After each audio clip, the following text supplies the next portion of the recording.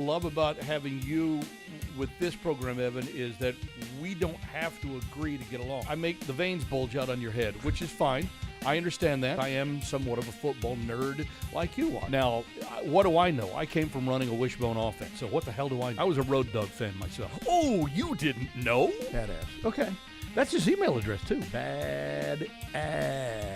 I'm not a badass. I'm more of a flat ass. Now, here's your host of Patriots Playbook, John Rook.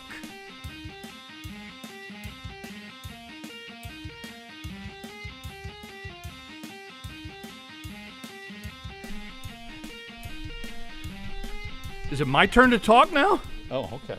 Jeez, I'm trying to get. We tell them this every week with the badge, Marine, too. Like, we gotta take the badge off. Well, it's because we're on camera now. You hit the go button before I was ready to go. Look at this. I mean, my God, what's going on here? Matt's not talking to me. He's not paying attention to me because I'm yelling at him. And I don't usually yell at Marine because Marine takes care of me. And he's answering the phone. It's a terrifying person to yell at. I kind of feel, I guess what my day is going like today is I'm a microcosm of the entire New England Patriots football season. I just am not ready. Do you think they're ready to play? They haven't been ready to play in 2 weeks. I'm getting ready to go off. I'm getting ready to go off. I'm wondering if I'm just going to give you the floor, and because this is your show, and just get no. I don't get it off your chest. Nah. I've had 2 days to talk about it. I know you have. And get it off my chest. I know you have. You're up. You had 2 days to talk about it. You've had 2 days to think about it, write about it, whatever. Yeah. No, I think I'm feeling the frustrations of literally every other fan that's within earshot right about now, unless, of course, you root for another team. Right. It's pretty clear to see, to me, through 2 weeks, that this team was ill-equipped to start the season. Now, that's not going to help them win a game on Sunday, right? Right. Not going to help them. We know where the inadequacies are. And I guess, really, to be honest with you, I think the thing that I'm upset the most about is how could they not see this? How could Bill not see this? How could, Matt Groh not see this? How could the Crafts not see this? But when you take the inadequacies coupled with the injuries, and I'm talking specifically up front, because that is the worst excuse of an offensive line that I think I've seen potentially in the last 20 years in the NFL, okay? Wow. And I've covered the NFL for more than 40 years. Between here and in Dallas and in Houston with the old Oilers. Okay, those are the teams that I covered years ago. I have not seen an offensive line that is as inadequate as this one. And maybe they'll come around. Maybe they will. Maybe it's because, and again, I have to quantify by saying that this offensive line hasn't yet played a snap together. Right. At all. All summer. They haven't played a snap together yet, right? So I guess in that regard, I'm still holding out a slight amount of hope that maybe they can somehow be professionals and pull themselves together and somehow do this, because I lay nothing at the feet of Mac Jones. No blame at all. I'm absolving him. Now, did he make a bad pass that Xavier Howard intercepted? Yeah, sure, it was a bad pass. But again, all quarterbacks do that. All quarterbacks make bad passes. Patrick Mahomes makes bad passes. Somehow he can get away with it. Of course, he got away with it when he had a guy like Tyreek Hill a few years ago. And, of course, that's one of the reasons why Tua looks like a freaking all-star now, an all-pro quarterback. He's throwing dimes. I mean, he's BBs. He's lasers to these guys, and they're catching them. Why? Because Miami was just so damn fast. Yeah. It looked like the Patriots. You know what the Patriots looked like? It looked like in real speed they're all running an instant replay. In slow-mo. They're just they're doing the no, $6 million man thing. I'm just like, I was astonished at Miami's team speed. Yeah. And I think the Patriots are faster. I think they've improved that on the defensive side of the ball. I think they've even improved it slightly on the offensive side of the ball. But the one thing I'm going to come back to, okay? One thing I'm going to come back to is something that Scott Zolak and I shared with each other at halftime of the game when the Patriots were down 17-3. Solek's booth is 2 booths down from mine, okay? And so he's out there and he's reaching in for, a drink, a soda, or something. And I look at him as I come out of the booth to go to the bathroom, and he looks at me, and we both roll our eyes at each other. And I said, Zoe, the best ability is, and he goes, availability. There you go. Now, I'll leave that right there, and you can interpret that any way you want to, okay? Interpret it any way you want to. That can go for the offensive front. It could go for some of the wide receivers. It can go for a lot of places, I think, on this roster. And when Mac Jones said what he said, when was it, Sunday after the game? When he said that, we all got to come early and stay late, and okay. I'm telling you, there is something to that. Yeah. Not everybody has the same buy-in as the quarterback and a few other choice people on this team. And with the whole ability/availability thing that, Zoe and I were rolling our, eyeballs back on, there's something to this. And that, again, yeah, it's going to be on every individual person on that roster. There's no doubt about it. But it's also on the coaching staff for bringing them in here in the first place. What happened to finding guys that would come in and follow the Patriot way? What is the Patriot way? The Patriot way is shut up and do your job. I think that the buy-in that you are talking about, and I haven't really thought about this until so this is like a half-baked take, I'll admit, but okay. I think the buy-in that you're talking about stems from the fact that you need to have a purpose as a team. And when I say a purpose, I mean it was easy for everybody to come in when Tom Brady was here and they were the favorites in Vegas to win the Super Bowl and all start pulling on the rope because they had a purpose of winning a championship. And I think that one of the things that I have noticed, and I think a lot of people ask these questions to the players, and we try to put our finger on, like, okay, the talent has changed on the field. Like, right, you don't have Brady, you don't have Gronkowski. Like, the talent has changed on the field. But what's changed about the messaging? What's changed about the culture? And I think the thing that's changed is that these guys don't believe as much as that they truly are a championship caliber operation anymore. And I look at Devin McCourty, and Devin McCourty flat out said in an interview, and I don't know how this didn't get more run. In a moment of honesty, Devin McCourty flat out said in an interview this offseason that he retired from the Patriots because he didn't think they were Super Bowl contenders.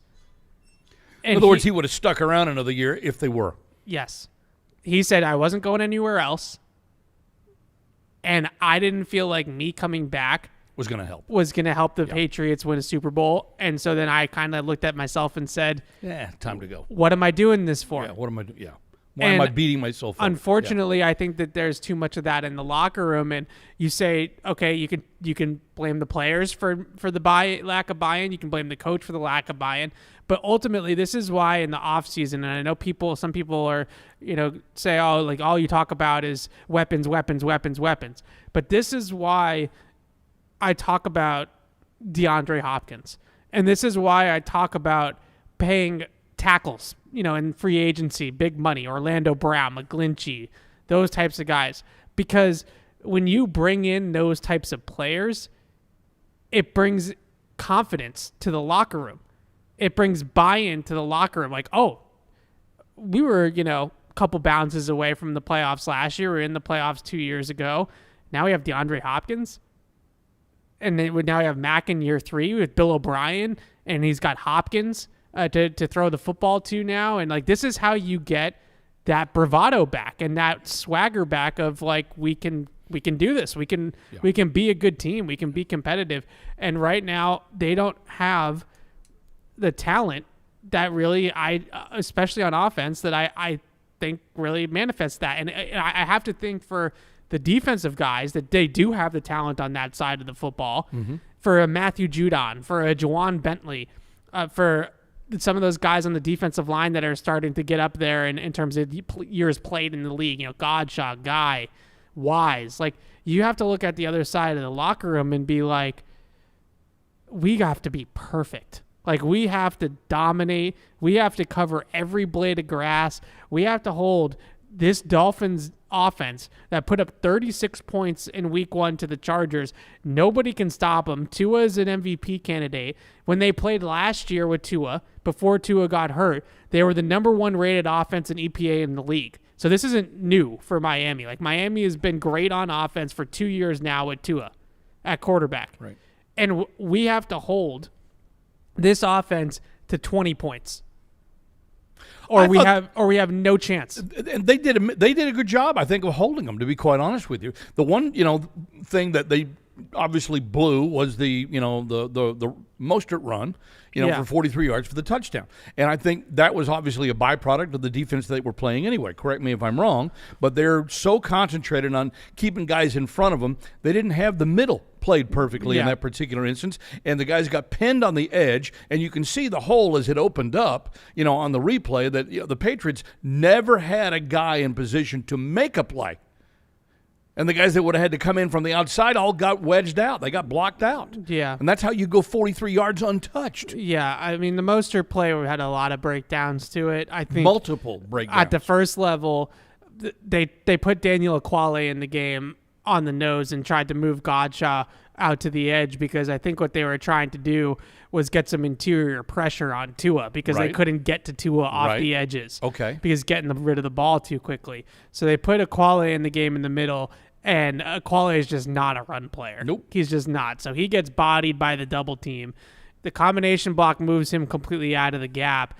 Then the guard's able to then pull to Juwan Bentley, or climb, I should say, to Juwan Bentley, so he gets washed out of the gap. Mm-hmm. And now your 2 first levels are out of there. And then I also thought, just to put the icing on the cake on that play, that Kyle Duggar did not take a great angle to the ball from deep safety. So you had a complete and total breakdown. Yeah. And I think that from time to time that's probably going to happen. Yeah. It just is. You're not thinking right, or you're not making the right play, you're not making the right call, whatever it may be.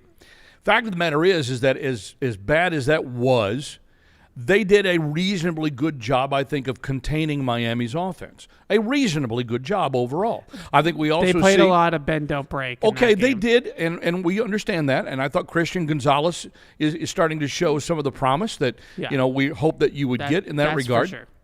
Okay, but then they keep shooting themselves in the foot. Yeah. The early mistakes, the turnovers, the penalties. The play calls. I mean, everybody is guilty. From top to bottom, everybody is guilty. And if you can't run the ball against a Miami defense that got gouged in the first week by the Chargers, and you can't run the ball to take pressure off of your quarterback and off of your defense for having to be out on the field and have to throw it 50 times as they did against Miami or whatever it was. I mean, and Philly, in both. So you lead the league in pass attempts now. Yeah. After 2 weeks, you lead the league in pass attempts. That's not. And you're blaming the quarterback because he can't hit a downfield pass when the son of a gun doesn't have the time to throw an accurate downfield pass because he's worried about the pocket collapsing all around him. Yeah. It's the damnedest thing I've ever seen. Nobody is on the same page. Well, I don't know about it if it's that nobody's on the same page, because I think they are well coordinated on offense and well coached to an extent. Technique-wise, maybe not in terms of the offensive line and the route running, but in terms of like the plan and everybody being on the same page, I think that there's some really good things that they're doing offensively from a schematic perspective, but they still can't score. I think the biggest thing is with the offense is the lack of explosive plays. So I think that... And then you take out DeMario Douglas after he fumbles the football. Yeah. And I understand there's a lot of frustration over that because he's your one breakaway threat. Yeah. Well, listen, the first problem here is that if you have to rely on a 6th-round rookie to be your one breakaway threat, you've got problems. Yeah. Yeah. You got problems. Second of all, we know that Bill has operated this way for 23 years, okay? He ain't changing. He's going to put somebody in the doghouse when they don't protect the ball. Period. End of discussion. Move on. If you don't like that, well, okay, then you don't like Bill. But plenty of people still seem to like him. I'm beginning to side with Eldred. I really am. Eldred, I know you're listening. I'm coming around to your way of thinking, okay? I'll take Coach Bill any day. GM Bill? So I don't know. The Pop Douglas thing, I'm a big Pop Douglas guy. Barth and I were at the Shrine Bowl in January and saw him for the first time, and we both fell in love with him back then. So I'm the leader of the Pop Douglas hype train, trust me. But your point about the bigger issue being that it's a 6th-round rookie from Liberty that is basically the offense that or not, I shouldn't say it like that, but you know what I'm trying to get. I say it because he didn't have help. Yeah. There's no one there leading the way. He should be a great complementary piece. Yeah. And accoutrement, right? Yeah. He's got to be a part of it. He can't be the lead sled dog. No, not yet at least. No. But I think the biggest thing that I with Bill, and some people get on, certain play calls here and there, certain game plans, in-game decisions like the bench Pop Douglas after the fumble.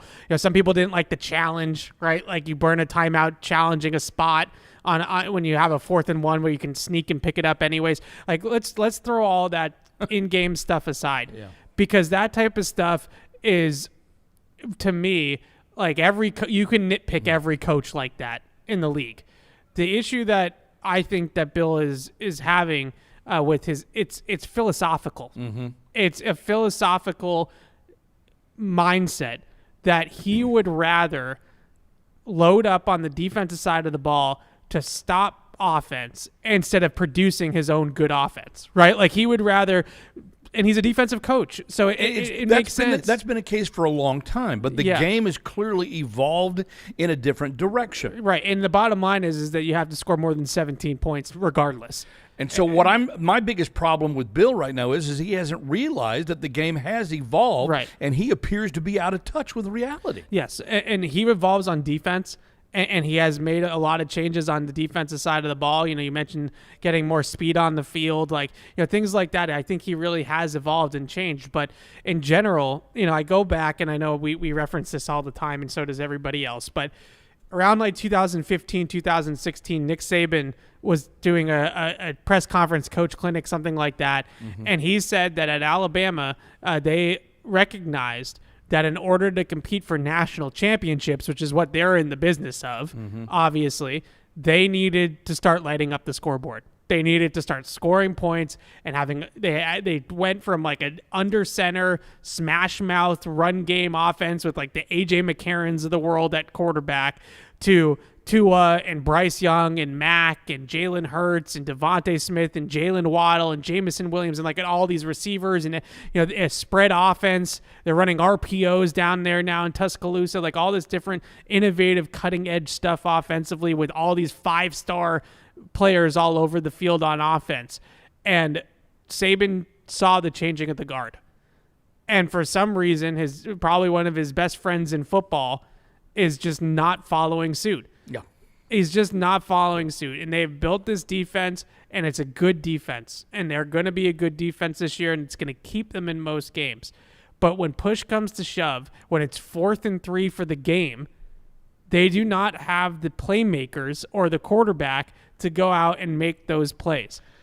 And that I would put the emphasis on playmakers more than the quarterback, because I think the quarterback probably is capable of getting the ball into the hands of the playmakers if they had playmakers. Yeah, I think he is capable, but I think that in order for Mac to, in order to get to where they need to be with Mac as the quarterback, then they need to significantly upgrade the supporting cast.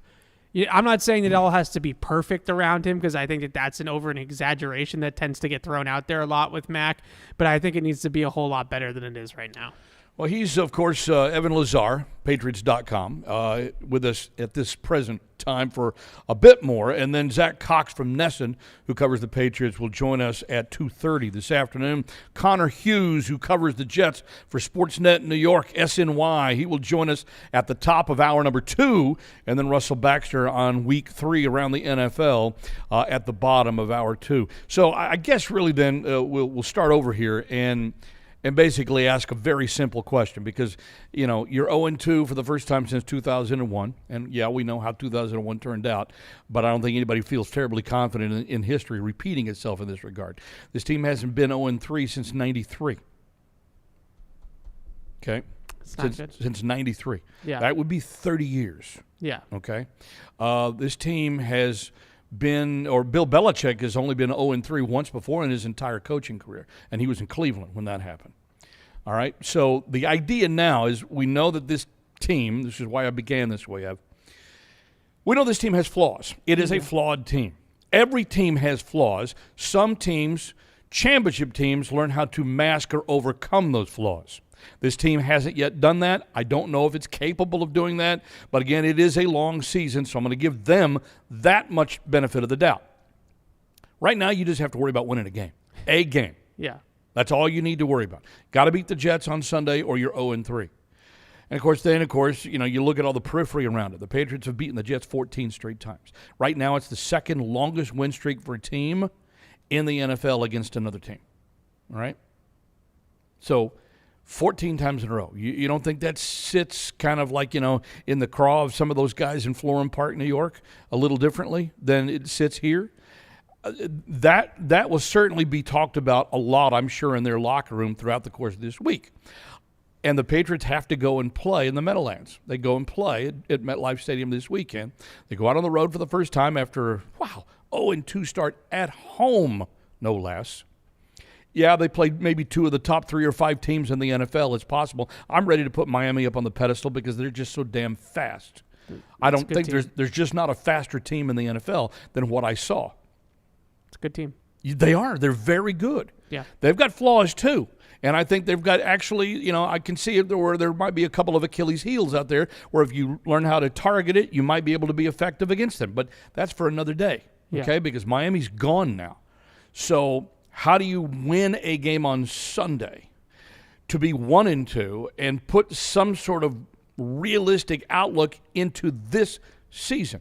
And so the question I'm going to ask here is make a move, make one move, make any move that gives this team a better chance to win Sunday.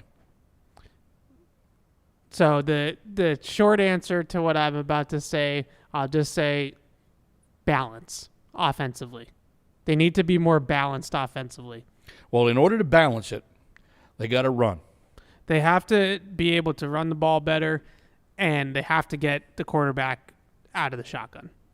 Well, as much. I'm not saying that he shouldn't be. Well, I agree with that. I agree with that because you would think that play action would be, especially play action, would be a little bit more effective. But the problem is that the offensive line is such a friggin' sieve right now. He's got no time under center. He can't even do a 3-step drop. So here's the thing. They got to get the quarterback under center. They have to because. In his first 2 games, Mac has thrown 96 passes, right? 96. Okay. But are you risking getting him killed that way? 92 of them have been from the shotgun. 92. That's a lot. The only way that you can help these receivers and deal with let's face it, middling receiver talent that they have is to scheme them open. And when you put the quarterback in the shotgun and you put the receivers out wide and he goes empty and he's got, he's no quarterback in the league has thrown more passes than Mac Jones. No quarterback has thrown more passes from the shotgun. No quarterback has thrown more passes from empty than Mac Jones. The problem when you do all that is that if you don't have ball winners on the outside, you got no explosiveness. If you don't have guys that can just go win one-on-one and get open on their route, and then do something with the football in their hands, then you're 4 yards a pass, right? You're right, which tells me that's why they're dinking and dunking right now because A, they don't have guys who can scheme them, or they don't have guys who can get open whether they're schemed or not. B, they got an offensive line that can't block him. I don't give them enough time. So here's where I don't think we differ, but we're just looking at it 2 different ways maybe. Okay. Yep. I don't think that the offensive line issues is just strictly on the personnel. You think it's on their scheme? I think it's the scheme. You're putting partially. I'm not saying it's all on the scheme, but when you look at the scheme that they're running right now, being so gun heavy, playing obviously from behind, and playing from these large deficits, but most importantly, I would say playing in 5-man protection for the majority of the game. You are asking an offensive line that hasn't repped a lot together, that has no continuity, that hasn't been healthy in training camp to block one-on-one, to pick up blitzes from 5-man protection, to pick up stunts from 5-man protection, do all these intricacy type things. and it is making a bad problem worse. Would zone blocking help if they change the scheme? I don't think so. I think what they need to do is get the court. You played football and you've been covering football for a very, very long time. The simplest play thing, football well, but the simplest thing to do in football, no matter what level you were at, the simplest thing for the offensive line to do is to run block. Sure. Okay. So hey, I actually started, believe it or not, I started my career as a guard. Yeah. Okay, not a tackle, a guard. So I was a grunt when I was in Pee Wees. Okay. Right. So And that's the I easiest always thing to do. preferred charging ahead than backing up. Correct. And the easiest thing to do is to put the quarterback under center, have him turn around, hand it to your 225-pound running backs, and bully the opponent. That's at its root, football, right? That's at its root. Right. And from there, if you can do that and you start incorporating play action, which will help the receivers on the outside get open because you're going to start pulling linebackers out of passing lanes and you're going to start threatening safeties and all these different types of things to help guys get open. I don't think I hear it. Everybody else has said it to me already. Oh, you want him to turn his back to the line. He's going to get killed, yada, yada, yada. When you have that pause as a defense and that conflict of it as a defense of, is this run or pass? Those guys on the edges and stuff like that aren't pinning their ears back. They can't set. That's right. They can't get set. They can't come after you until they read. Right. They read and then react. It's a read and react game. You're right. So what's happening actually is that you're stressing this offensive line because the only thing you're doing is throwing. And when you run the ball, you're running it from the gun. And personally, I don't think that their personnel fits gun runs very well. They have two battering ram running backs that they're asking to start from a standstill, standing next to Mac Jones. Whereas if you put Ramondre 7 yards behind Mac Jones and you let him get ahead of steam, he gets a running start at it. Yeah, and then he can run through the line of scrimmage. Then you sequence the play action off of that, and you start to hit some big plays down the field. Well, then the offensive line just have to block better in run blocking situations. And they're not opening holes. Right, and so this is another part of this whole equation to me is for 2 years now, I have hated the schemes that they've tried to run the ball with. Hated it. Outside zone, inside zone, duo. I hate it. Like, get freaking downhill. Okay, run a gap scheme, get downhill, get the lineman off the ball. All this zone stuff and things like that, all it's doing is it's muddying the picture for Ramondre. He's looking at a pile of mud in the middle of the field, and he's trying to find be a pile of something else. He's trying to find holes, and nobody's getting to the second level. Nobody's really springing him for these bigger runs. To have your bigger line, have Mike Onwenu, these guys get on a double team, pull the guard through, and hit somebody, and hit somebody. Okay, and then we can get how many times have we seen them run play action where they pull the guard and then that gets the linebackers to bite up and then they hit the crossing routes behind the linebacker level, right? Like that's a staple Patriot play. Those are the things that you do. Now when you get into, passing situations, it's not as big of a tell that right now when they're in the gun, they're throwing. When they're in the under center, they're running. Like they're predictable. They're one-dimensional. You can't play football like that. And a big part of it is because they're getting into these big deficits and they have to throw from behind to get back in the game. So you got to, in some ways, simplify it, right? Like get back to basics. So can I answer my own question then based on what you just said? I agree with you. They have to be balanced. I want them to throw a changeup. I'm going to use a baseball terminology. Along what you just said. They've got to change it up. They can't be predictable. However they do that is fine, but they have to keep the Jets guessing at what's coming next.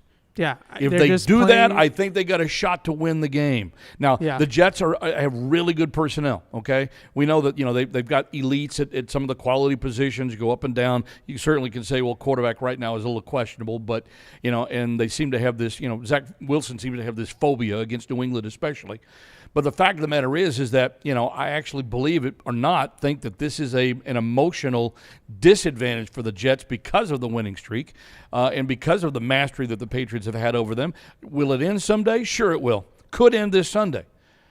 But if you can actually keep the Jets, as you suggest already, reading and then reacting rather than pinning their ears back and getting after it, that's where you can beat them. Yeah, and just quickly, because I know Zach is waiting, you can also off-play action, and I don't love it with Mac Jones. I don't think that he's a natural bootleg passer, but you can move the pocket a little bit too. Yeah, right. Which will help the line also, right? Like if you just sure you can, yeah, absolutely. And we've seen actually, it looks like he's out of character, but he's actually had success moving the pocket. Yeah. So if you can, they were really successful, and this is the sequence that really drove me crazy on Sunday night. The very first drive of the third quarter, second half for the Patriots, they ran 3 successful plays in a row from under center. Mm-hmm. They tossed it to Ramondre. They threw like a couple quick hitters out to Devontae Parker, and they had a sneak in there too that gained 4 yards to move. They were moving the ball, is my point, from under center. Mm-hmm. And they kept on showing this toss scheme where they're going to motion the tight end across, add the blocker on, and toss it out to Ramondre. Where's the bootleg, right? Like that's the whole point, like you're setting it up, and all I'm keep waiting for is, all right, well, let's fake the toss, let's boot the quarterback, and then let's hit the cross or come in the other direction, and it never came. And those are the types of things that really help offensive lines. Like you talk about these Shanahan schemes and stuff like that and what makes them so good. The bootlegs basically are offensive line proof. Like, if you move the pocket that way, you don't need the offensive line to block anybody, like, straight up one-on-one. When you put the quarterback in shotgun, it's all on the 5 guys to keep him protected. All right, I'll start. Malik. No. Evan, I always appreciate you, man. Thank you. Anytime. All right. He's going to get off to practice and the locker room interviews that are coming up. Evan Lazara is a big part of our program here each and every Wednesday that we bring it on. Let's move now to Zach Cox, who covers the Patriots for Nesson and Nesson.com, who's also a regular contributor in here, on the playbook. Zach, I don't know if you share or even you care to share the frustration of Patriots Nation. I think that they've seen thus far through 2 weeks. I'm not completely sold that this team is out of it yet, but I'd have to say they are a strong trend in that direction. Yeah, the trend certainly isn't moving in the direction that you would want if you're a Patriots fan. I'm of the mind, too, that I don't think that this is a lost season or a terrible team or a team that's going to be completely out of the mix by October or anything like that. I feel like you look at what happened to them in these first 2 games, and you can see some pretty clear fixes. I think they need to get healthy on the offensive line. I think they need to get some consistency up front there. And I think if they can do that, it's going to fix a lot of the issues that they have had. Yeah. And, I mean, the fact that these 2 losses have come to 2 of the better teams in the NFL, if you're taking a glass half full approach here. Yeah, we said that a little while ago. We said, I thought, the way that Miami looked, that's the fastest team I've seen in the NFL in a long, long time, maybe even ever, with some of their actual foot speed. Good. Yeah. They're really they're an impressive team. They're much better than I thought they were. Talent. Yeah. Yep. Yeah. I was very impressed with the scheming and game planning from Mike McDaniel. I agree with you. So if you come into the season, I just wish he wasn't. I wish McDaniel wasn't so young and snotty looking. No, it definitely paints him in a bit of a different light. Yeah, if you came into this season saying, all right, you're going to lose to the Philadelphia Eagles by 5, and you're going to lose to the Miami Dolphins by 7, and you're going to have a chance to beat both of these teams late, I think a lot of fans would have taken that. Probably would have said, okay, right. Yeah. They said, okay, that's fine. That sounds about right. Right. But the fact that they did happen in quick succession at the beginning of the season, and they really followed basically the exact same script. It's because of the self-inflicted wounds, though, Zach, right? I mean, it's the self-inflicted wounds. It's 2 games. I mean, especially the Eagles game, but you can argue that the Patriots should have won both of these games. Absolutely. And I think that definitely raises the frustration level, especially since their margin for error overall in the AFC is much, much, much slimmer than it used to be. Way, way slim. But that's the thing that's maddening, and that's why we wonder about, well, who's committed in this locker room? And then we hear Mac Jones say what he said, about staying, arriving early and staying late. And I was relating to Evan just a short while ago, halftime of the game on Sunday night. in the broadcast booth downstairs, I locked eyes with Scott Zolak, and he locked eyes back with me, and I said, the best ability I think this team has, and Zolak stopped me, and he said, availability. And I'm just telling you that's the mindset. That's the mindset. It's true, yeah. I mean, the fact that they haven't been able to have I think it goes back to that on the offensive line, which is what I was saying earlier. The fact that they basically four out of the 5 guys that were starting on the O-line in this game either did not practice with the team at all in training camp or practiced very little. Yeah, of course. Marion Lowe got there right before cutdown day. Right. Owenu and Anderson both missed the entire summer. Strange missed almost the entire summer. And that was showing. I mean, the Patriots have not played well up front, especially in this game. I think they were worse against the Dolphins than they were against Philadelphia, which was a little surprising based on the caliber of opponent there. But that's really what's kind of hamstringing this offense. Poor offensive line play and these early turnovers that are putting them into these early holes that the Patriots, I mean, they haven't been for years, but they're not a team that's built to overcome a 14-point halftime deficit and win in a shootout in the fourth quarter. They have not been that since Tom Brady left. Yeah, and so they desperately need to avoid these kind of early holes that they've been getting themselves into. Yeah, and I think that leads directly to people being critical of Bill for not, moving along because he's still playing, he's still coaching, he's still building a team like he still had the greatest quarterback of all time under center, and he doesn't have that. And so the frustration here is that you haven't seen enough adjustment when he's still trying to coach the way that he knows how to coach best and has done so for a number of years. But be that as it may, the question really today, Zach, is how do you win a game? And it has to start this Sunday with the Jets. I think before the season started, we all looked at the first 4 games of the schedule and we said, look, 1-3 and 0-4 is quite likely, or certainly very probable.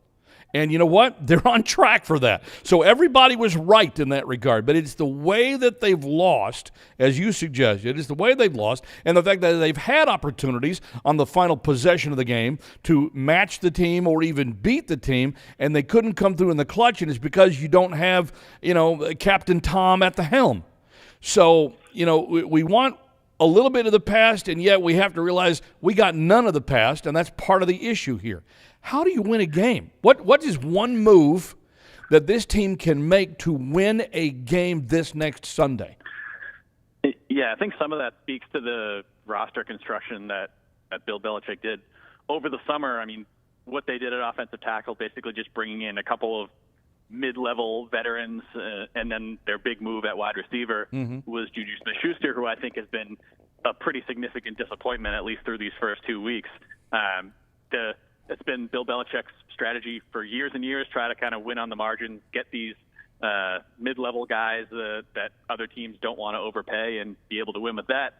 That worked with Tom Brady. It obviously doesn't work nearly as well in this current Patriots climate. But, I mean, I think this is a game that the Patriots should win relatively easily as long as they don't just, basically, I think they have to lose this game for them to lose this game, as dumb as that sounds. I think they need a bunch of dumb turnovers. They need some just the kind of mistakes that we've seen from them. I think from a talent perspective, obviously, that Jets defense is good. There's a lot of talented players really at all 3 levels of that defense.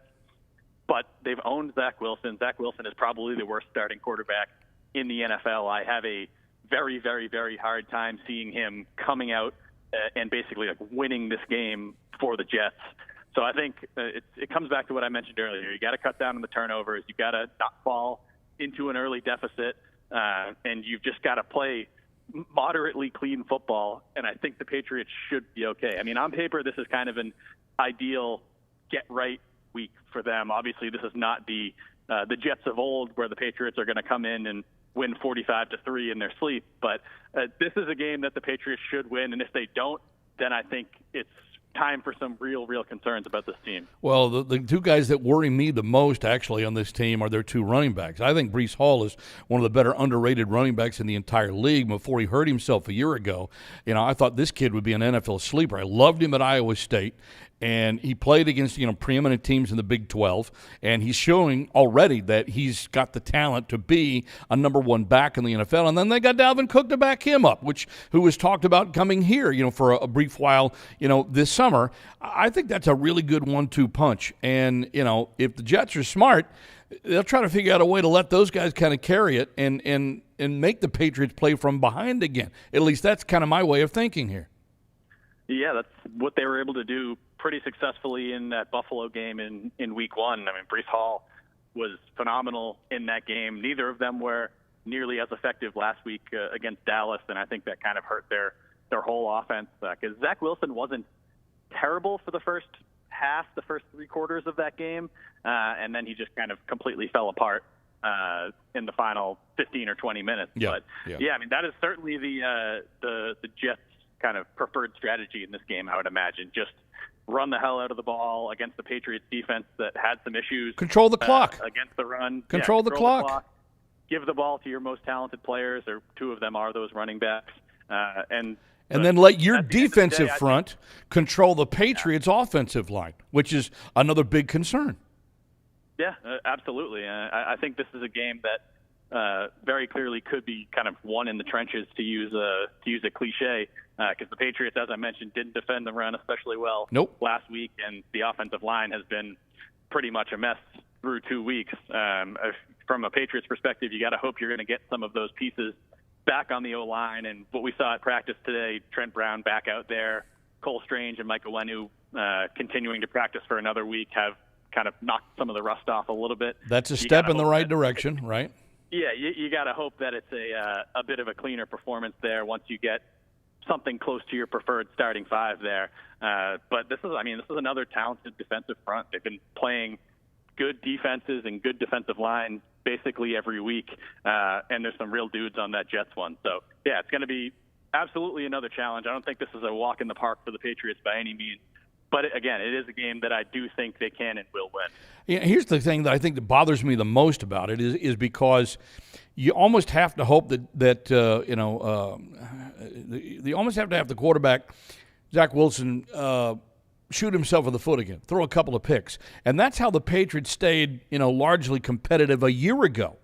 They had to have the defense come up with big plays. They scored some defensive touchdowns.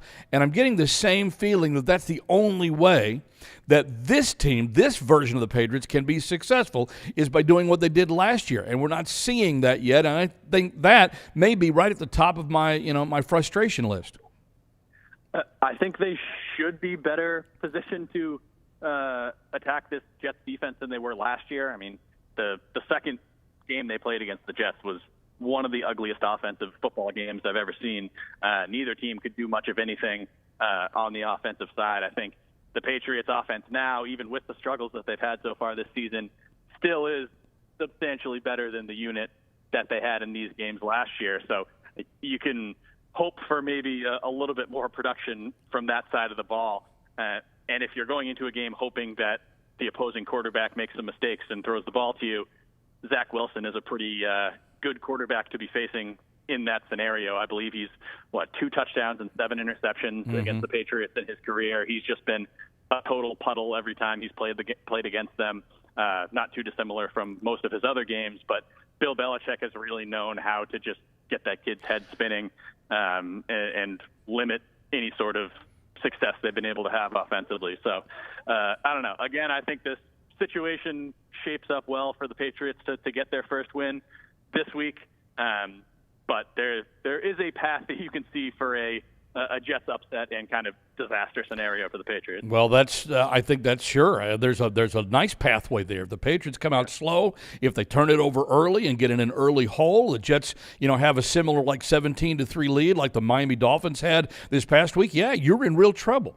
So that has to be. I think that has to be an imminent focus this week. Is look, guys, we got to start off here. We got to at least stay, even keel, if not have a lead at halftime, and force them to play from behind and let them, have their rear ends tighten up, not ours. Yeah, that's. I would imagine that's probably the number one focus for the Patriots offense this week. Well, the Patriots team as a whole, but especially on offense, is you can't make these early mistakes that's putting the team in holes like this. I mean, they trailed 16-0 in the first half, or basically in the first 10 minutes in week one. Sure. And then it was 10-0 and then 17-3 last week. It's really hard to win from those sort of deficits, even if you do have a highly talented offense, which the Patriots, most people would say, do not.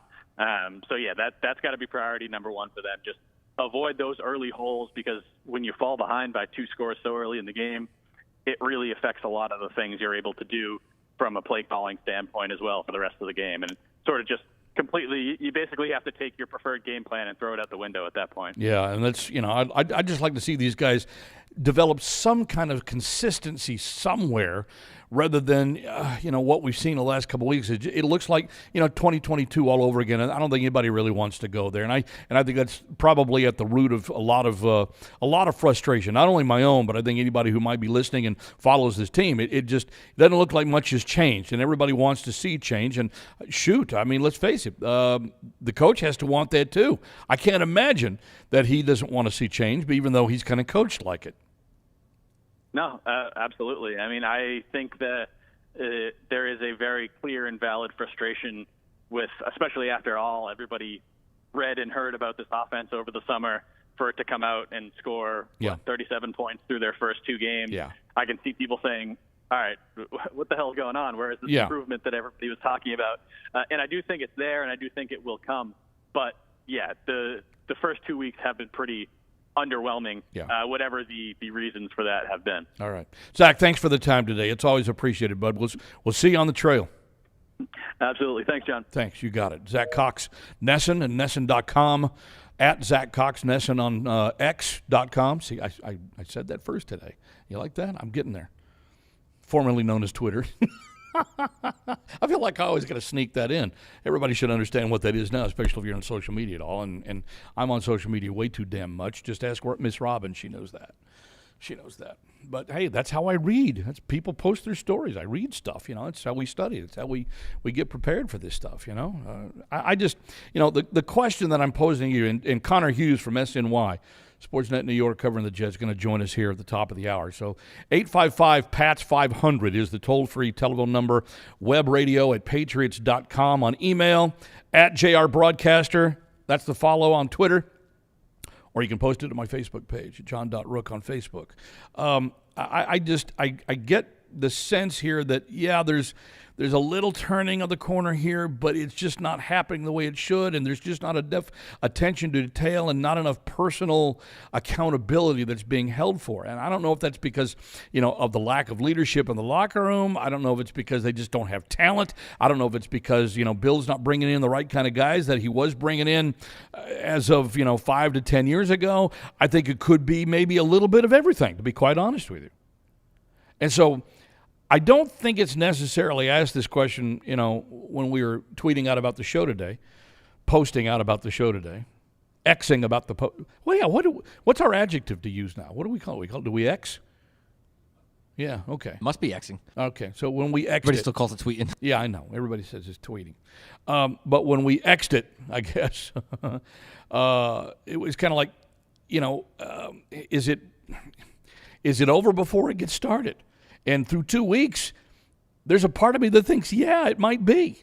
And I think that's part of the frustration that I'm feeling right now.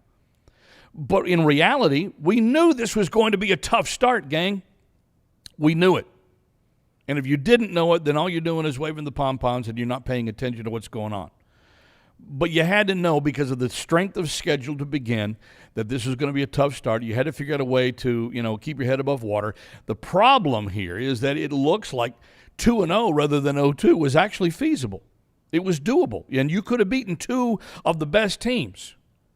And if you could have placed another 12 or 13 points in the right spots over the last 2 weeks, the Patriots would be one of the stories of the National Football League right now. And I feel like backing that up with, if ifs and buts were candy and nuts, we'd all have a Merry Christmas. I know. Got to play the game. Would the Patriots even deserve to be one of the best teams in the NFL? No. Even if they had won both of these games? No. We're not delusional, okay? Nobody's delusional. But we're trying to be realistic. And the realistic part of this is that, yeah, this is tough, but we expected it was going to be tough. Is it overcomable? Yeah. But you're losing opportunities. They're starting to run thin even in week 3. This game Sunday is an opportunity to right the ship. I don't care if it's 13-12. It doesn't matter. Just win. It's the old Al Davis, just win, baby, move on. Style points don't count like they do in college football or in any other college sports. Style points don't count. Just win. You win, it's a road win, it's a divisional win. You're back to 1-1 within the division, which is what really matters most at this stage. You take your shot with a Dallas Cowboys team that looks eminently talented. We'll talk more about that next week, obviously. But you put yourself in good shape. You get out. If you can get out 1-3, hell, if you get out 2-2, man alive, are you ahead of the game? But if you get out 1-3, all right, that's where everybody thought you'd be. This is the swing game, people. This is the swing game. Is there a move for this team to make that can help them win a game? Not make them better later this year or make them better next year. I'm just talking about a game. The Jets, Jets, Jets. It's Jets week. Is there a move that you would make if you're running the show that would make this team better to win a game this week? All right. Sean in Vancouver, you're in the playbook. Hey, Sean. Hey, John. Hey, I appreciate it. I got a kick out of hearing my joke in the opener, so good job, Marine. That was nice. I didn't hear it because I'm busy trying to pull things off of my head and things they don't want me to do around here. So I'm just a part of the team. You know, I'm just trying to get along. You can listen on the podcast. That's fine. Yeah, that's true. I'll do that. Yeah. Well, there's lots of moves the Patriots could do this week to win this game. I'll just throw my prediction out there. I say the Patriots win 17-10. Well, you're certainly optimistic. I'm thinking more along the lines of 17-16. Okay. Either way, I didn't call the winner yet. I just said the game's going to be 17-16, and yeah, the Patriots they might have a chance to win it at the end by kicking a field goal. I don't know, but I just think it's going to be tight and it's going to be nail biting and sweaty palm time, and the Patriots will be right there at the end somehow, some way. Well, last week what really was surprising in a bad way was the run defense, because watching the Dolphins play the Chargers just ran all over them. They looked like they didn't have a run defense at all, and then the Patriots couldn't run at all. So that was a big problem. Right. And it was a big problem on defense, not stopping the run. But on defense, I think they'll do better this week. And my guess is that a lot of that run deficiency on defense was due to playing with 5 defensive backs. You were trying to stop, which you did. I mean, they kept them to 5 for 40 with 1 touchdown. So that's pretty damn good for Tyreek Hill. Mm-hmm. Mm-hmm. So that area, but Mostert went all over them. So that was a problem. But I think you'll see a lot more 8 in the box this time, and they'll dare Wilson to pass, probably to Wilson. And if Gonzo can keep him to 5 for 40 with 1 touchdown, I'm happy with that. Sure. And I think that's where they score 10 points, the Jets. They have that 1 touchdown to Wilson, and they kick a field goal, and that's all. But, I see this kind of like the Bills game for the approach for the Jets. Like in the Bills game, they didn't take chances. They just ran the ball, didn't really throw downfield, and forced Josh Allen to throw 3 interceptions to Jordan Whitehead for some reason. I don't know why he did that, but that's what happened. I don't think the Patriots will do that this time. I think they're going to try and run the ball. And, instead of running straight up the middle, maybe don't run on 1st and 10 right into Quinnen Williams' arms. Maybe try to go to the outside. Maybe try and get big Trent Brown. Hopefully he'll play and on Carl Lewis or Jermaine Johnson and try and force the edges a little bit more. Try and get them to set the edge, and then you can maybe do some play action and actually have some time to throw downfield. And don't bench your most explosive player in Pop Douglas. Let him, play maybe 6 or 7 targets in the game. And as long as he holds on to the ball, because again, I don't know why anybody was surprised that he sat the bench. I'm not, because that's what Bill does. Yeah, he's a rookie. He fumbles. He's going to sit on the bench. So hold on to the ball. That's the lesson. You got to learn each week, and that's one of the things we need to learn is like, okay, you're a rookie, you need to hold on to the ball. This is one of the things that you got to take away from that game. And every week it's a different thing. So in the first week, Booty, the rookie, you got to learn to toe tap.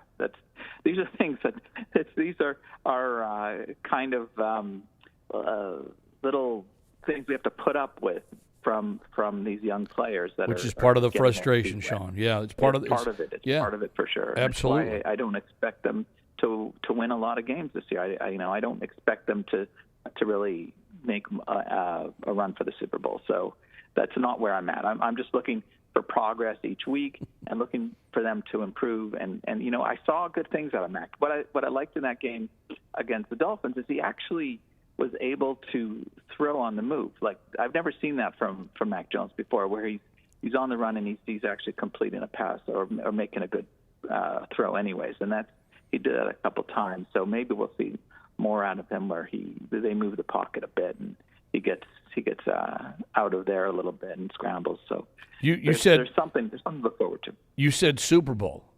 You mentioned you mentioned the word Super Bowl in there. Super Bowl. They're not going there. Playoffs?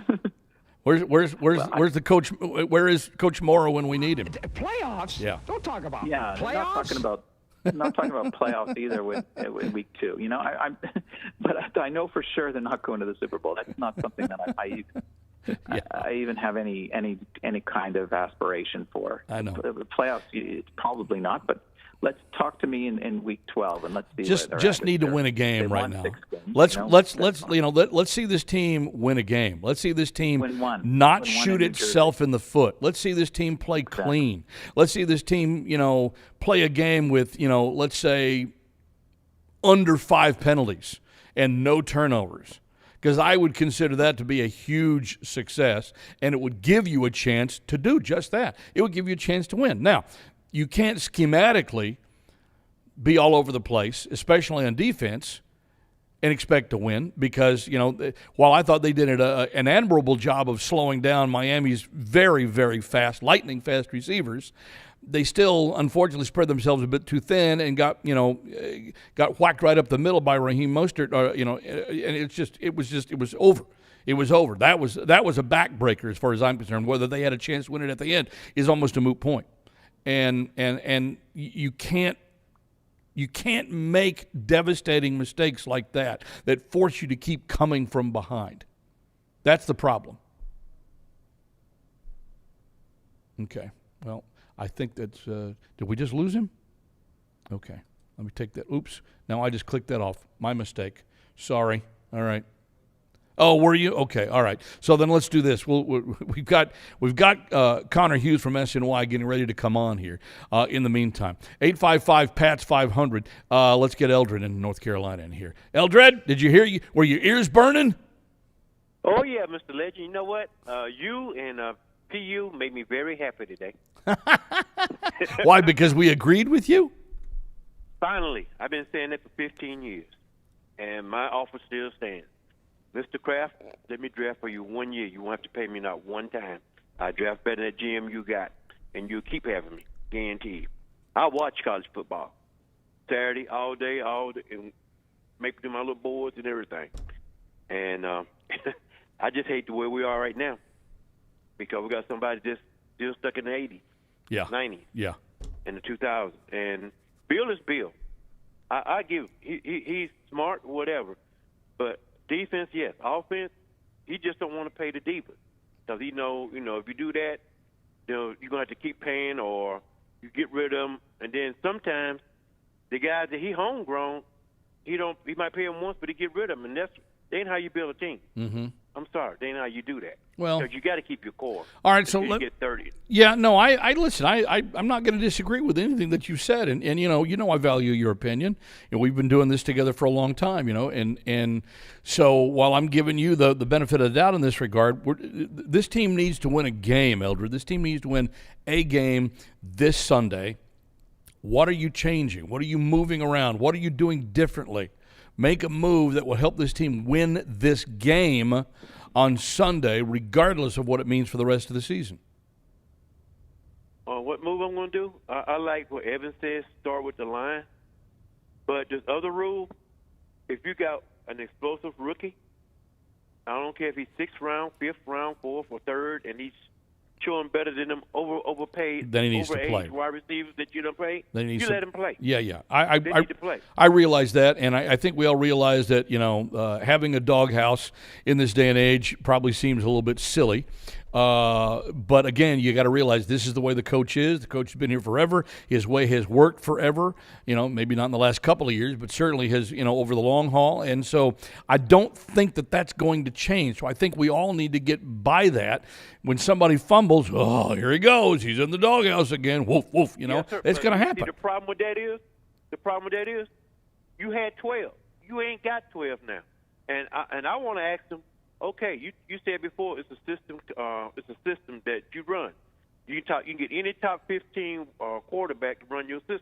How's it working for you now, buddy? Would you really ask him like that? I would. How's it working for you now, buddy? You got the top 15, buddy, and you what for the last 4 years? I love it. I just love it. I don't think you got 500. No, I'm like, how's it working? I'm not laughing at you. I'm laughing with you on this one. I'm like, yeah, I think somebody probably does need to do that, buddy. You had the greatest quarterback of all time that made everything that you did work a little bit. Work a whole lot better. And I admit, Brady, there'd never be another Tom Brady. I don't care if they put Patrick Mahomes up there, or they put Hurts and his coach or whoever. Mm-hmm. You'd never be another Brady and Belichick. I'm sorry. That guy was too special. All right. All right. So we'll get back to the original premise then here. You kind of agree with what Evan said about trying to find some balance on offense. That's how you would change it up this week, yeah? Best you can. And mistakes going to happen. You just hope you don't make too many, especially against this team. But this team got a better defense than the one you faced. Yeah, I know. That's the problem. That's a real concern. That's a real concern. Yes, sir. So if you're turning the ball over, or you're not moving the ball against a defense that's better than the one you just faced, I mean, how are you going to win a football game? That is going to be, like I said, I don't know. But Dallas had Lamb and a couple good plays here and there, and they had Parsons. They got after what you got. We don't have Parsons. I wish to God we'd have drafted Parsons, but we went so well. There's really another. I mean, yeah, sure. There are a lot of guys there, you wish that you could have taken that, got taken, just before you drafted or whatever, or just after you drafted or whatever. It just seems like there were a lot of close calls that you probably could have been accurate on. But I mean, the fact of the matter is, you can't change anything. What you have to do is you got to figure out a way to win this game this week and worry about the rest of it later. Well, on that note is take a page out of Dallas' book, get your best pass rusher, and just try to get there, and get to Wilson. But I'm gonna be honest with you, Wilson made some throws. Made some throws on that, sure, to Wilson, and that's what's worrying me, because that defense showed up a little bit like they did Sunday. And he had just a little more time to throw. Wilson gonna get open, So it's just whatever. But I just hope we win a close one. Yeah, we need to win this one. But if it don't, it's gonna be 0-4 because you play them Cowboys, and that's gonna be a couple weeks after that. It's gonna be 0-4. Yep. But this week, you just gotta get after Wilson and just hope our offense just don't turn the ball over, and that's the only thing you gotta hope for. Well, you still got no wide receiver on the outside. You can't turn the ball over, and you still got to move the ball against a team that has a very strong front four, and has maybe the best defensive back in the league in Sauce Gardner. And the other cornerback ain't a slouch either. I know. I'm telling you, the Jets are better than most people think they are. It's because the Patriots, I think most everybody here is, and fans would be jaded that direction because you've beaten them 14 times in a row, which is incredible to think about in this day and age of parity, but that's exactly what has happened. And so you're like, oh, it's the Jets. They'll figure out a way. And I, frankly, kind of think that way myself. I feel like the Jets are going to jet, and they're going to shoot themselves in the foot. I just hope they shoot themselves in the foot before the Patriots do. Me too. Me too, because that defense is, like I said, the weakness might be that safety, but, the safety part, but them corners, they something else. But like I said, we ain't got that speed like Lamb got or whatever to get by him. Yeah. Yeah. Well, what is your impression overall, real quick, Eldred? What is your impression overall about the Patriots improving their quickness or their speed defensively, and what's your first impression of the secondary? Last week. Yeah. Or overall, really. I know speed overall. Yeah. Secondary.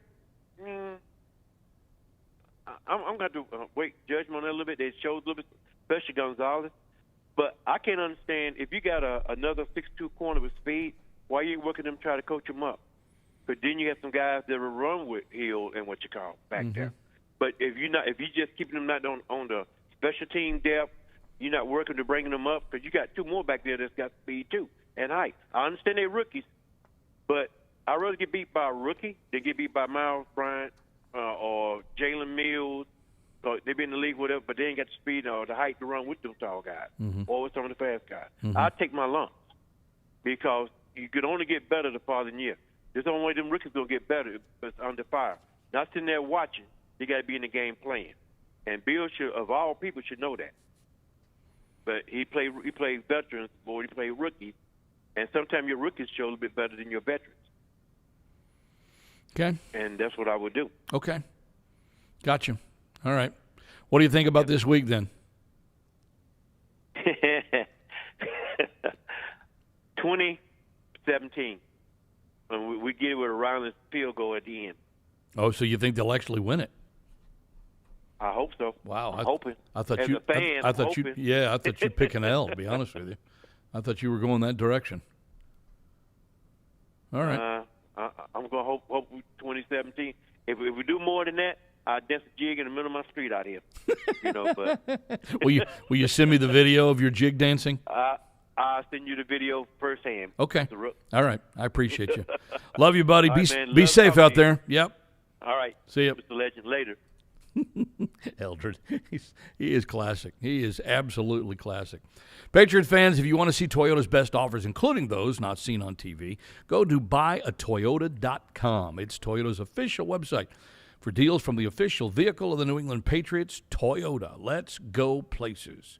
And Bridgestone is the official tire of the New England Patriots, and Bridgestone's tires are now on sale through September 30th at all Sullivan Tire locations. Visit sullivantire.com for a location near you. As we roll straight into hour number 2 inside the playbook here, Connor Hughes from SNY, we discover, is on an airplane. Okay? Because he said, I guess he thought Marine meant tomorrow for the show. So I guess we can give him to Catch 22 and those guys tomorrow because he's on an airplane. And so he's unavailable today, which is too bad. But at the same time, we understand, hey, they got work to do. The Jets are actually, they've got their interview opportunities, by my understanding as well, going on right now, which is why most of their reporters are unavailable because they're talking to the Jets players in their locker room after their practice. So that's kind of why, these, mid-afternoon shows / practices are a little difficult sometimes in getting guys to jump on for a few minutes because they're in the middle of doing their jobs that they're paid to do. So we try to scratch and claw and get people to, come on over whenever they have a chance. So what this does then is it opens up an opportunity for you. 855-PATS-500. 855-PATS-500. And, of course, web radio at patriots.com. I get some emails we'll share here in a minute at JR Broadcaster on Twitter. And Russell Baxter will join us at the bottom here of the hour. In the meantime, let's go back to the phones. Hey, Claire in the UK. Hi, Claire. Hey, Ricky. Hey, Marine. Hey, girl. What's happening? You call in just to hear him say that, hear him do that. I know you do. I do. I even get Andy on my show and just say that. Yes, yeah. Correct. So what are your thoughts? What are your thoughts here? What is this team? What do they have to? Can you make a move that would actually help them win a game this Sunday? Well, I did email in with a joke, but I thought I'd ring in while I had a bit of time. I appreciate it. Because my initial reaction when you asked this question was, yes, they need to utilise Gesicki and Hunter more, obviously. We need more tight endage. More tight endage. Okay. Duh. It's a given. But no, my serious answer was I agreed with pretty much as I think everybody does, because Evan has got such a beautiful mind. But yeah, Evan was really smart. What he said about balance is the key. I think the thing that is necessary that they need to try and do, and I don't know how feasible it is doing it within a week, is getting the O-line cohesive. As it's been said on multiple shows, yourself and PU included, they haven't had time together. What you want as your starting five haven't had the time to build together that dynamic of one vision, and it's missing so significantly. And I've said it before, I'm sure many people have as well. It doesn't matter what weapons, inverted commas, you like to put out there, who is, making it down the field. It doesn't really matter how great they are, how excessively skilled they are. If everything around the quarterback is crumbling and he just has no time to make any reads, to get the ball out, anything. Granted, I get it that he needs that, he needs the speed within himself to get the ball out, to make those reads. But if you've got nothing but pressure constantly, it doesn't matter if you've got your Tyreek Hill speeding down the field. If you can't get the ball out because everything around you is collapsing, literally the walls are falling down upon him, and you're asking him to kind of make plays. And I don't know how, because I'm obviously not a football coach, and I don't know even if it is feasible, but it's just a glaring, obvious necessity at the moment is they need to do whatever they can internally to try their best internally to get the O-line cohesive, working together, stronger, just better, just for one, Let's get them back out there. Let's just get them the hell back out there and playing together, right? I mean, if you can get them back out there, then maybe you can work on actually playing together. I'm noticing that Zach Cox, who was on the show here just a little while ago, he just tweeted out, or X-posted out, or whatever the hell we're calling it. He said, X-posted. 3 minutes ago, he just said, how can the Patriots fix their stagnant rushing attack? And Ezekiel Elliott answered the question after practice today. Win the line of scrimmage. And I would give you a big fat duh on that one, Yeah, win the line of scrimmage. These guys, if they say that they like blocking forward rather than pass blocking better, then show it. Show it. And you've got to figure out a way to open up some holes, because these guys are, as Evan put it earlier, they're mudders. So you got to give them a chance to run downhill a little bit.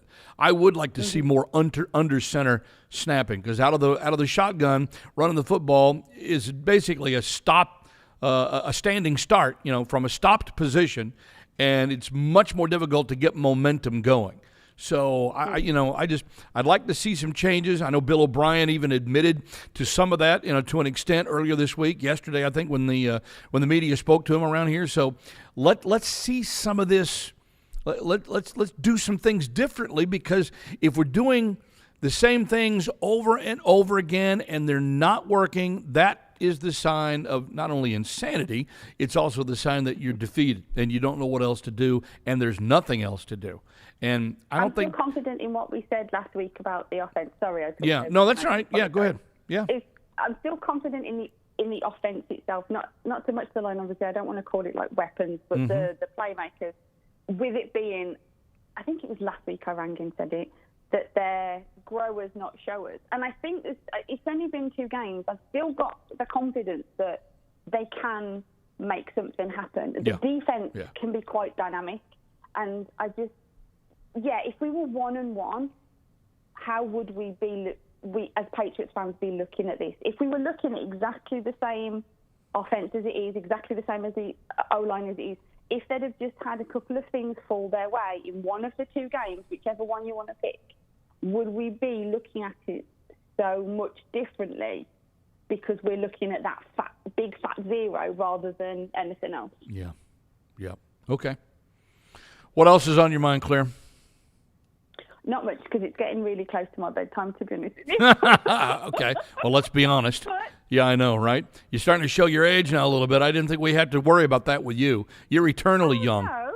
You're eternally young. I'd like to think so. But I do want to say, if you don't mind, I've got a sandwich bet with my buddy Chidders, who I do a YouTube show with now for Pat's Propaganda. Oh, that's great. I've still got a sandwich bet holding out there. Good. For 11 wins So if they get 11 or more wins, he has to buy me a sandwich. But if they get 9 or less, I have to buy him a sandwich. Okay. So I need Patriots Nation to will for the 11 wins. So Little story, Hazel.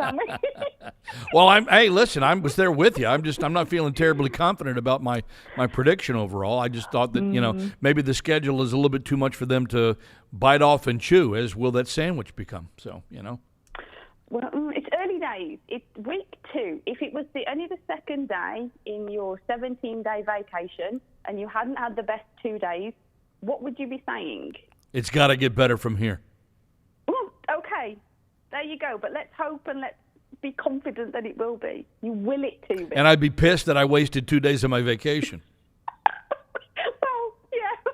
Right? Wouldn't we all? That was a bad analogy. It's like you're going to the Caribbean or something, and the first 2 days are rain, and it rains there, 10 minutes out of the whole year. And it's raining when I'm here? Are you serious? Okay, I'm upset. I am not happy. And if I've got to waste 2 days of, a vacation that I paid a lot of money for, nope, not happy. And I honestly kind of feel that way in a little bit about, this football team right now, which is why I started the show today, I guess with... Grumpy? Yeah, grumpy. Good way to put it. I was grumpy. I actually was on the air, Claire. You'll like this. I was on the air. You know me. I'm Mr. Perspective. I'm Mr. Hey, let's look at the bright side of things. Let's look at the positive side of things, generally speaking. And so I'm on the air Monday morning with a radio talk show in Maine, who they usually call me from time to time just to, chat Patriots after a game. And so I'm on my commute, and it's pouring rain here. So I'm already in a bad freaking mood, right? And so they said, well, what did you think? And I laid into them. Them. And I didn't lay into them. I laid into the Patriots and the offensive line and everything else that's going wrong. And I'm just like, wow, after it was over, I was kind of like, I don't really remember doing that much. And I guess it's just maybe I was crabby because it was Monday and it's pouring down rain and I'm sitting in traffic and I'm just like, I don't dig that. And then I loved how, when they're done with the interview and you're still on and you can hear what the hosts say afterward. And one of the guys said, boy, he just kind of puts things in perspective, doesn't he? And I'm like, well, good to know that other people kind of feel the way that I do, that they're upset. And I understand. So that helps give me a little bit more perspective now. And I think it's okay to be upset. But that's why I asked the question today, how the hell do we fix this? We can't worry about, we got to make the team better. And we got to worry about, the salary cap next year and all that. No. We need to win Sunday. And so this is where, I'm actually, I haven't had a whole lot to agree with Bill Belichick lately. I'm sure he would find that amazing. But the fact of the matter is that I agree with him. We're worried about Sunday. We're worried about the Jets. We're on to New York. That's all this team needs to be talking about, thinking about, doing about, is worrying about winning a game. Let's not worry about 1-3, 0-4, 0-7, it doesn't matter, okay? Let's win a game and move on. Now, if this 1-3, 0-2, whatever start they're in, becomes 0-6, 0-7, 0-8, now you've got problems of a different sort and a different level. And I think we have to kind of hope that won't happen, that there is more talent on this team than has showed itself thus far through 2 weeks. I feel I can confidently say, and I'm probably naive saying this, and everybody will go, oh, she's such a homer, but whatever. I genuinely have the positivity, the outlook that won't happen. We won't be 0-6. We won't be 0-7. I don't believe that what they've got on offense, how good the defense is, that I don't know. I just don't believe that will happen. Yeah. And there's going to be people ringing in and saying, don't let her call in again. All right. Crazy. Well, the first step to take, my dear, is this week in New York. Let's find out what happens. All we need is somebody's hot mom in the building, and we'll sort the Zach Wilson thing out for you. That's all you need, and then just take it from there. Okay. Oh, Lord. Okay. Thank you, Claire. You're very welcome. Have a good day. Talk to you soon, Bye-bye. hon. Yep. Good night. You bet. Wow. threw the hot mom thing in there. I like that. That's pretty good, actually. Multiple reporters are reporting that Marcus Jones was not at practice today. Of course, he injured his shoulder Sunday night against Miami. Devon Godshaw was not there today, but we understand that his fiancée had a baby yesterday. So congratulations to Godshaw and his family. And if you're looking for positives, Trent Brown, Jonathan Jones, and Sidney So were all at practice today after going through the concussion protocols and the injury that Jonathan Jones had kept him out last week. And that was an injury that I thought was going to doom them against the Dolphins when he was a scratch last week. It turned out to be not that way. So it tells me that, you know what, they schemed well, and mostly the guys who've had to fill in for him did an adequate job last week. And that largely, why did they lose the game? Because their mistakes were self-inflicted.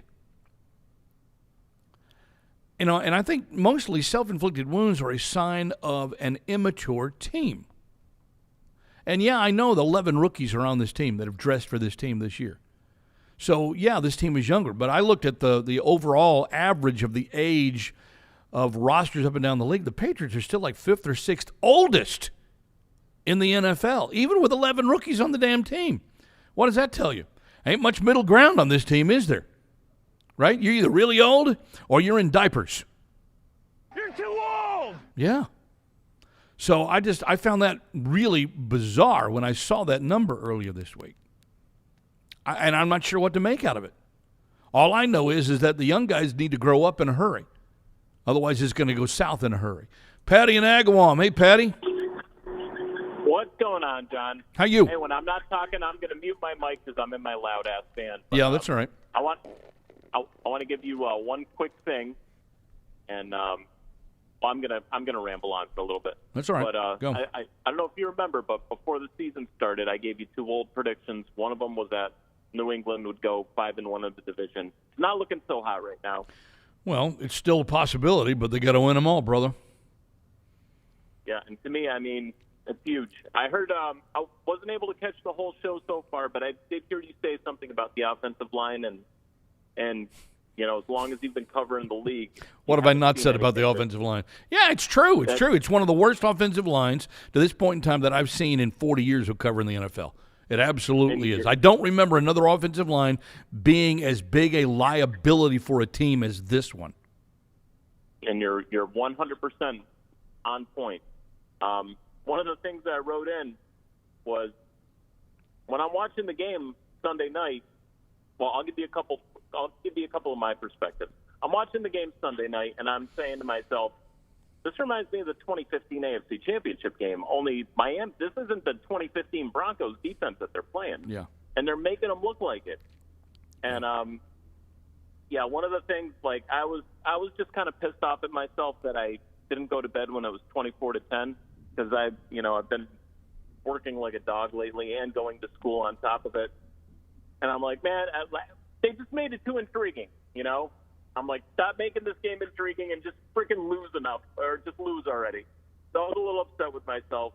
I think this week, the fact that Zach Wilson is quarterbacking and Aaron Rodgers isn't, I do think that they'll end up winning. I think it's going to be kind of like what everyone's sort of predicting, 3 or 4 point win. I'm going to go with 23-20 that they win. I think having Trent Brown back is going to be pretty big. And dude, I hope you're right. I hope you're right. I just don't know, especially with guys who are continuing to sort of work their way back into shape. I'm not sure how much of a positive factor they can be, other than the fact that, hey, Trent is, a mountain of a man, so it's going to be harder and take a guy longer to get around him. Right, and you know what? They're losing the war of attrition so far, and it's only 2 games into the season, and it sucks, but what can you do? I don't know if you brought him up during the show, but would you take a flyer on Lael Collins? Yes. If he's healthy, because yes, he's a proven guy. And well, when his name was first mentioned, I think before the game was over Sunday night. Then I said, well, they have to at least place the call, don't they? And frankly, we haven't heard yet this week. Here it's Wednesday that we're doing the show. We haven't heard whether or not that's even the case. And so if they haven't placed a call, it says two things to me. Number one, that they still like the direction they're headed and that these guys are getting healthier and that much closer to getting back and being healthy. Number two, it probably also says that Collins is not healthy himself. Yeah, right. But and my thing is too, like we saw what it looks like all throughout camp and the preseason and the first two games. There's no depth behind anybody. Well, that's the other thing. That's why I would still, Patty, I would actually still entertain the fact, even if he's not healthy. Short of, the guy's not going to be able to play football this year. Short of that, if he could get healthy and come back, then you'd have much better depth when he can return to active duty if he's out there able to get into your rotation, right? Yeah, right. So I would still take a flyer on the guy. I just, who knows? You don't know the way that they think. So, all right, whatever. If they don't do it, then that tells me that they are still happy with what they have. But I think the proof is in the pudding. I don't think anybody should be happy with what they have, or at the very least be happy with what they have and how they've performed, because they haven't performed to NFL modern-day capability, period. No, they haven't, and you can't look at. But Mac Jones he's not dynamic. He doesn't have the gun that Josh Allen, Pat Mahomes has. But I think if you can give him a clean pocket and he can step into his throws, he can make pretty much any throw. And I don't know about the talent around him. I think the talent's good enough to at least make a playoff run or get into the playoffs. I don't think that they have the talent to make a Super Bowl run. But they. Everything that you said, they have to fix the problems up front. We can't block. If we can't keep our quarterback clean, then we might as well all just check out. And well, I'll let you go, John.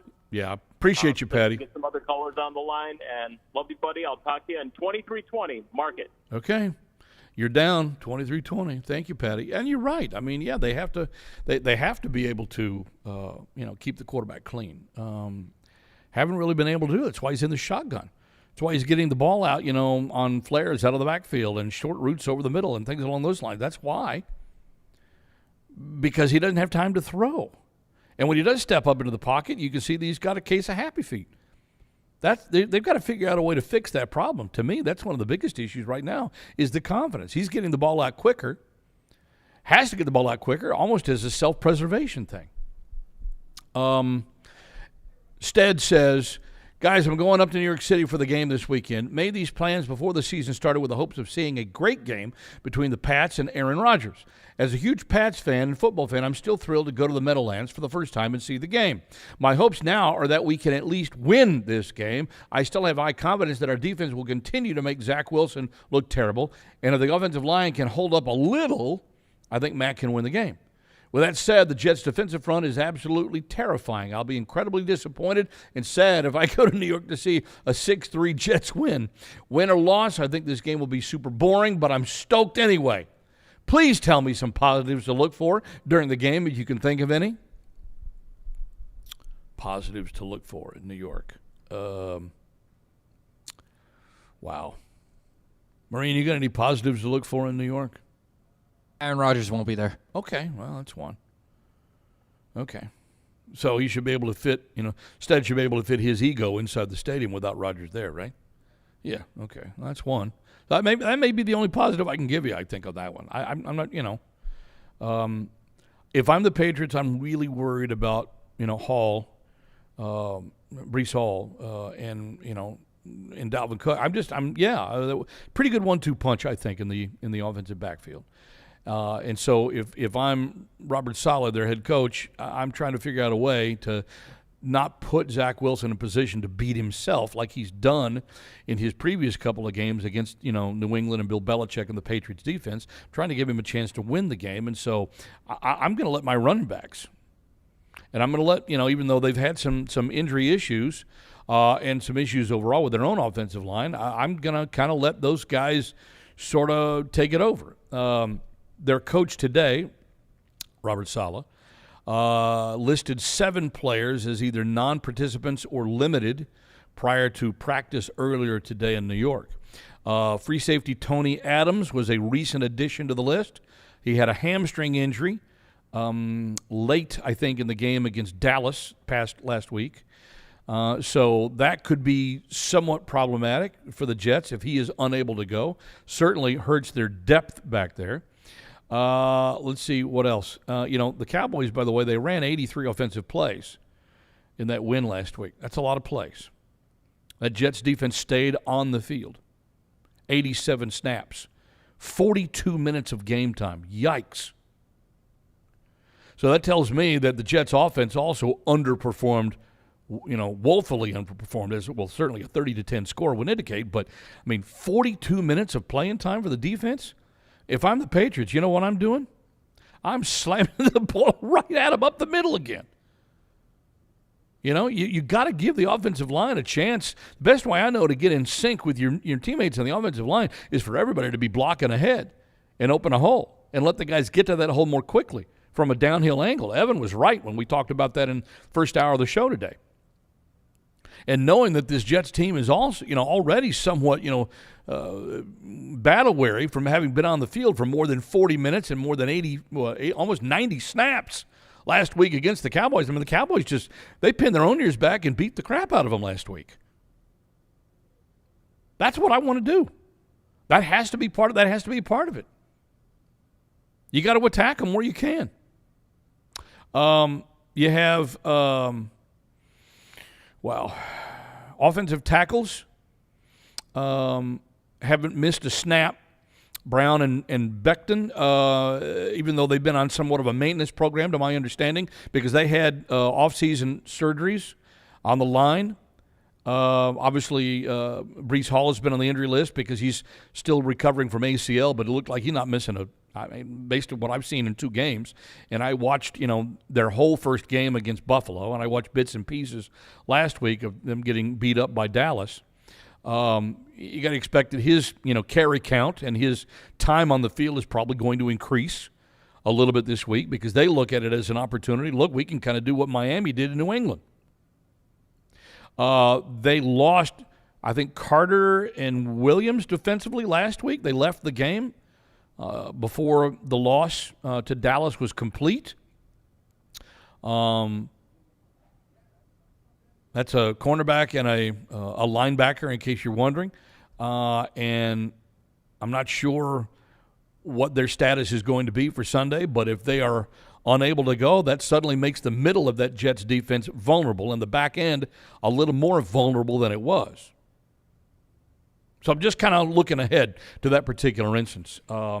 These are things that, will certainly be accounted for, I would think, as the preparations begin for game plan. Patriots fans, if you want to see Toyota's best offers, including those not seen on TV, go to buyatoyota.com. It's Toyota's official website for deals from the official vehicle of the New England Patriots, Toyota. Let's go places. A real woman could stop you from drinking. It has to be a real big woman. It's time to go around the NFL with football guru Russell Baxter. From now on, your name is Flounder. On Patriots Playbook. Flounder. Welcome to Patriots Playbook again, Flounder. How you doing? Oh, I'm just sucky. How are you? Yeah, well, you know what? Nothing that a win wouldn't cure. And, I know you have all the historical perspective on 0-2 and 0-3 and 1-3 and whatever the numbers may play out. And I guess we kind of began today, Russell, really by kind of looking at, whether or not you think that this Patriots team is built with flaws in it. I think every team in the NFL has flaws. Some just know how to cover them better than others, as we kind of began the show today. The idea for the Patriots here is not to worry so much about the bigger picture flaws that they may need to cure with, additional personnel moves, free agency, drafts, whatever, but it's that they need to win a flipping game this Sunday. And so, to me, having the Jets, even though you got to travel, having the Jets because you've got momentum in terms of having beaten the Jets 14 straight times. Maybe it's a mind game thing. I don't know, and I don't know how much of a help or a hindrance that might actually be. Because if I'm the Jets, that kind of pisses me off right now. You got to win a game, And this seems to be, to me, as good an opponent as any that you could face in the NFL if you're the Patriots just trying to win a game.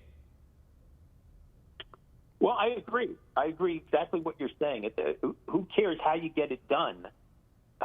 Scratching. I mean, what's a better example than what we saw Monday night? Mm-hmm. Okay. I mean, that game made a steel cage match look like ballroom dancing. Okay. That's one of the ugliest games, and I've watched a lot of football. Okay. That bordered on being like a strike replacement game. Yep. At least in the first quarter. Mm-hmm. Okay? And listen, there's some great defensive players on both of those teams, but we saw some really ugly offense and not taking care of the ball. Mm-hmm. And to be honest with you, John, that sums up the Jets' futility against the Patriots. Yep. Is, for the most part, New England, and I've got a piece coming out later.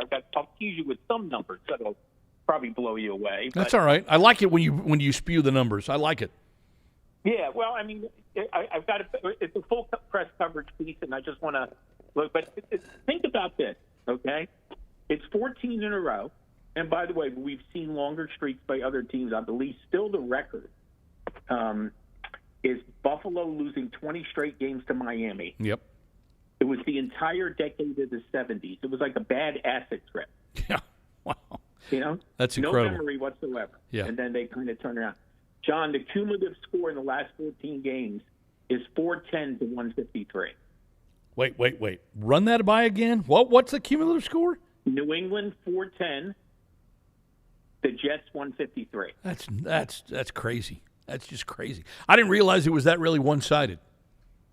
Oh, it's but as they say on the game shows, but wait, there's more. Okay, and there will be more. The Jets have scored 17 behind door number 3 in every one of those games except one.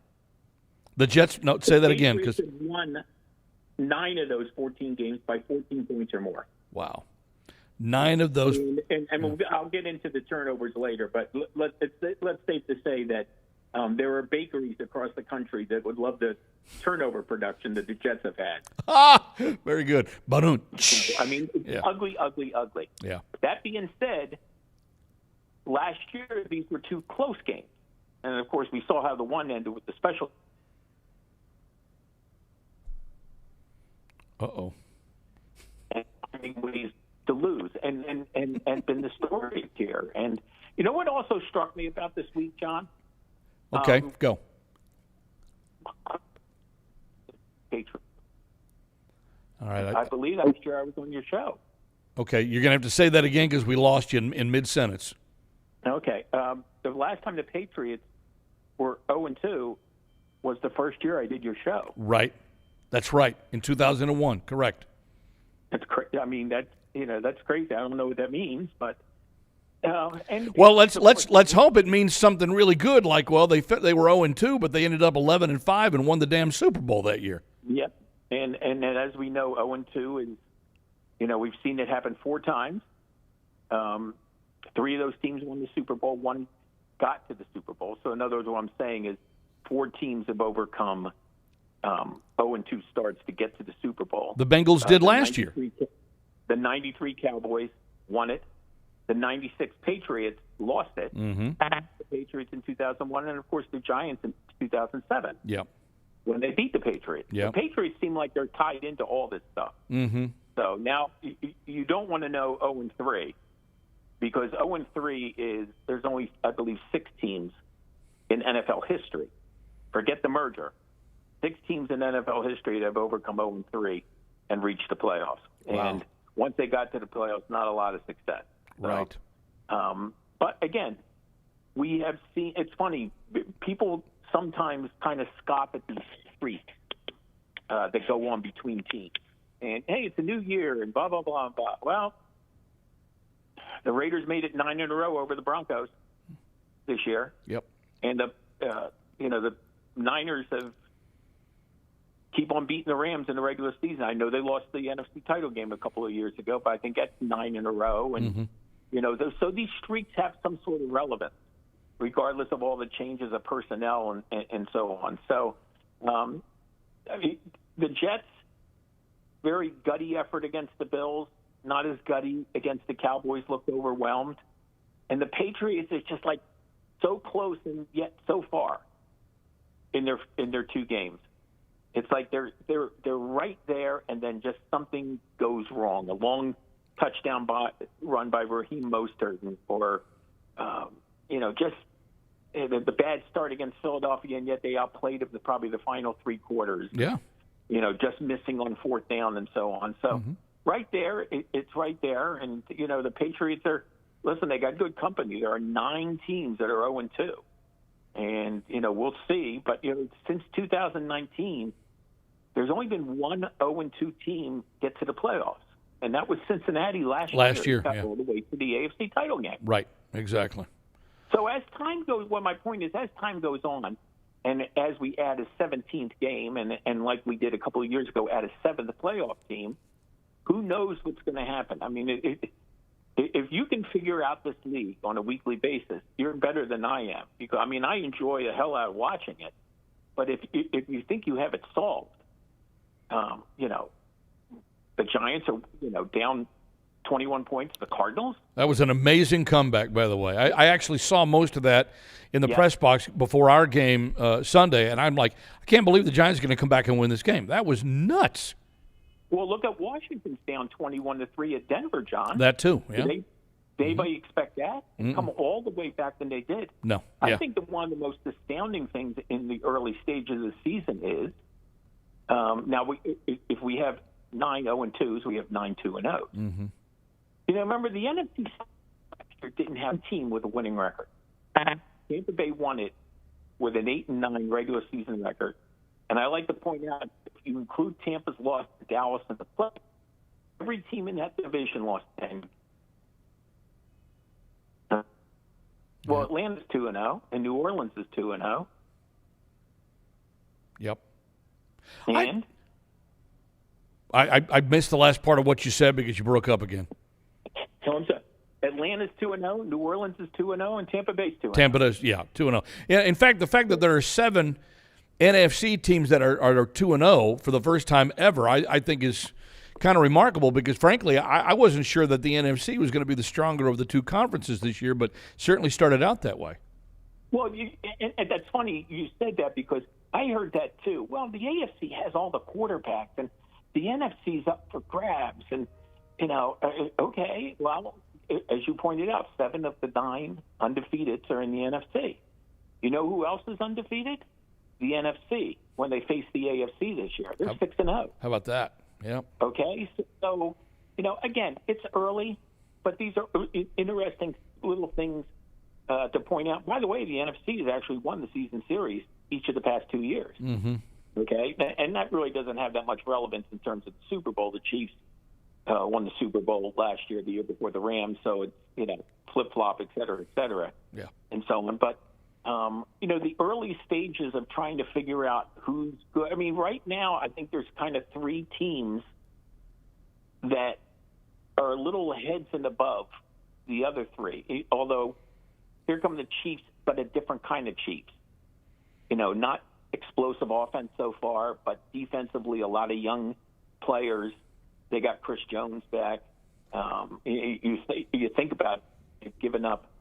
What? They gave up 2 offensive touchdowns to the Lions. They held Jacksonville 3 field goals. But, you have to like what you see out of Miami. Explosive. A little hot and cold with defense and so on. They look like they fixed their Cisco balance on both sides of the ball. Yeah. All right. So let's take a quick look at the schedule then. And I actually wanted to start, Russell, with the Thursday night game tomorrow night with the Giants playing at the 49ers. I mean, to me, San Francisco looks like one of the preeminent teams in the league, if not certainly the NFC. But the way the Giants came back, I mean, how much can that build a team's confidence? Is it sort of a fool's gold type of thing, or now that Saquon Barkley is out, I'm just kind of curious as to if the Giants have an opportunity to kind of hold on to any of that momentum. Well, I think they can. I mean, they played like they did in the second half, and it obviously is going to be pretty fresh in their minds. It's a short week for them, but I'm guessing, I don't know, somebody could probably tell me that they probably stayed out west. Yeah. For this game. Yeah. Since it was a Thursday night game and so on. It's totally off the subject. Because you and I are we boomers? Is that what they call it? Yeah, we're boomers. We're boomers. Now Boomer. Okay. Yeah, but we I are. worked with you. Yeah. So, and I'm going to do a baseball and I'm going to do a football, John. Okay. On the schedule this week, Yep. we have Giants at San Francisco, and we have Colts at Baltimore. That's kind of cool. Isn't that funny? Yeah, that's kind of cool. But I realize nobody gives a rat's you know what besides you and I on that one. That's okay. It's Willie Mason. It's Willie Mays. Hey, it's Willie Mays and it's Johnny Unitas. Yeah, I know. I like the Colts against Baltimore because I still sometimes think of them as the Baltimore Colts. I do say that. And Johnny U was one of my favorite quarterbacks growing up. So, I mean, Well, listen, there are Boomer. I know we like to have GOAT conversations. A lot of people do and so on. And the fact that he's still in the conversation. Yeah. Because he really was the advent of the modern day quarterback. Yeah. And, what he did. And so, I mean, think about Peyton Manning, wearing those shoes. He got fined for it. Remember, after Johnny U passed. And so as a tribute to him and so on, Johnny, there are certain names in sports, Johnny Unitas, Jim Brown, that you just say with reverence. Yeah. And you look at some of the marks that he has and you're like, wow. Yeah. Still up there. Yeah. Still up there in this day and age of, incredible numbers. Yeah. But anyway, I listen, at any one time,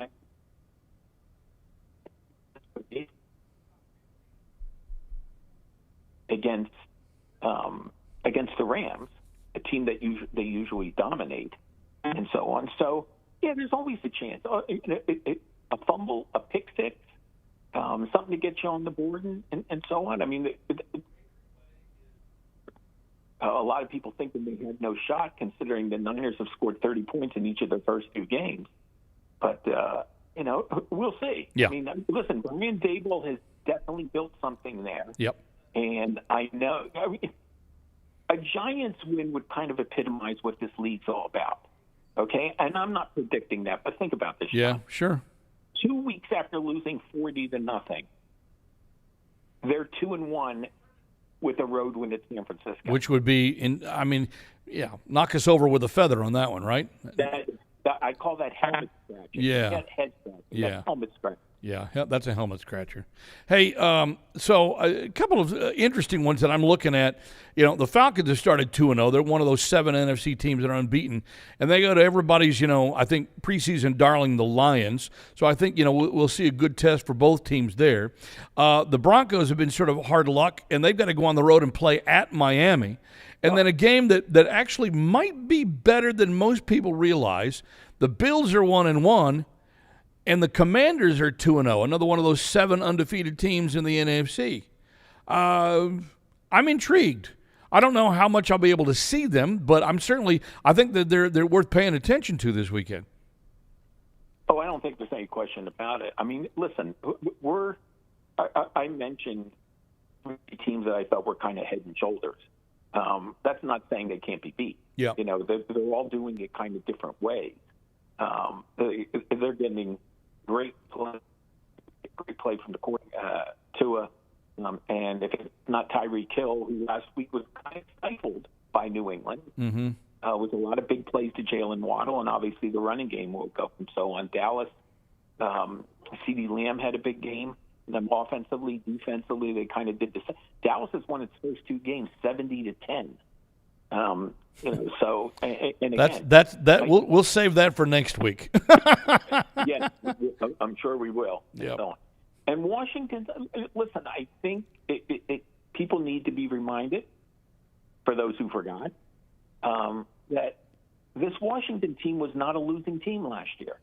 Okay, they beat Jacksonville early in the season in Week 1. They were the first team to beat Philadelphia last year, and they beat Dallas at the end of the season. So they knocked off 3 playoff teams. They were 8-1. Inconsistency. They seem very content with their quarterback situation with Sam Howell. Brian Robinson Jr. is really a spark with the running game.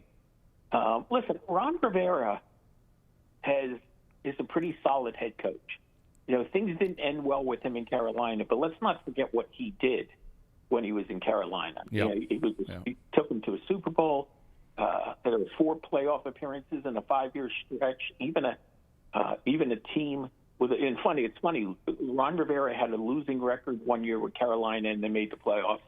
He had a losing record with Washington one year and won the NFC East. Mm-hmm. So it's that toughness that he brings to the team, and that's I have to remind you that the organization distraction over the last couple of years. Yeah.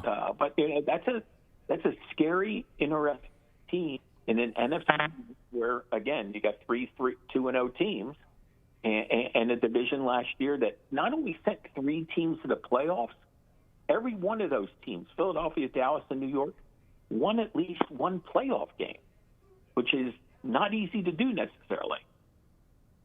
No, it's not. No, it's not. Can you? You don't obviously neither one of us works at ESPN anymore. But can you tell me why the NFL and the ESPN have insisted on first couple of weeks here of having double headers on Monday Night Football? I don't know.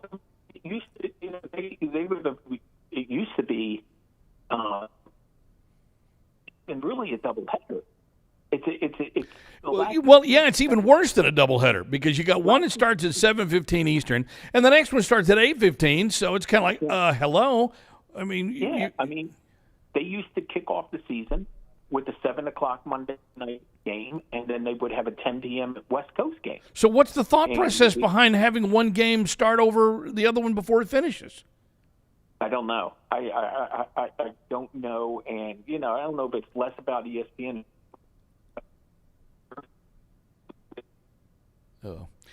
Well, I think it finally crapped out on us, unfortunately. We held on to his phone line as long as we possibly could, and I think we just finally lost it. So apologies for that. As far as I know, at least this is the way that he was when we were at ESPN years ago. Whenever we would have Russell in studio to, do radio stuff, he actually fidgeted a lot. So I'm guessing Russell is probably a walker and talker. That's just a guess.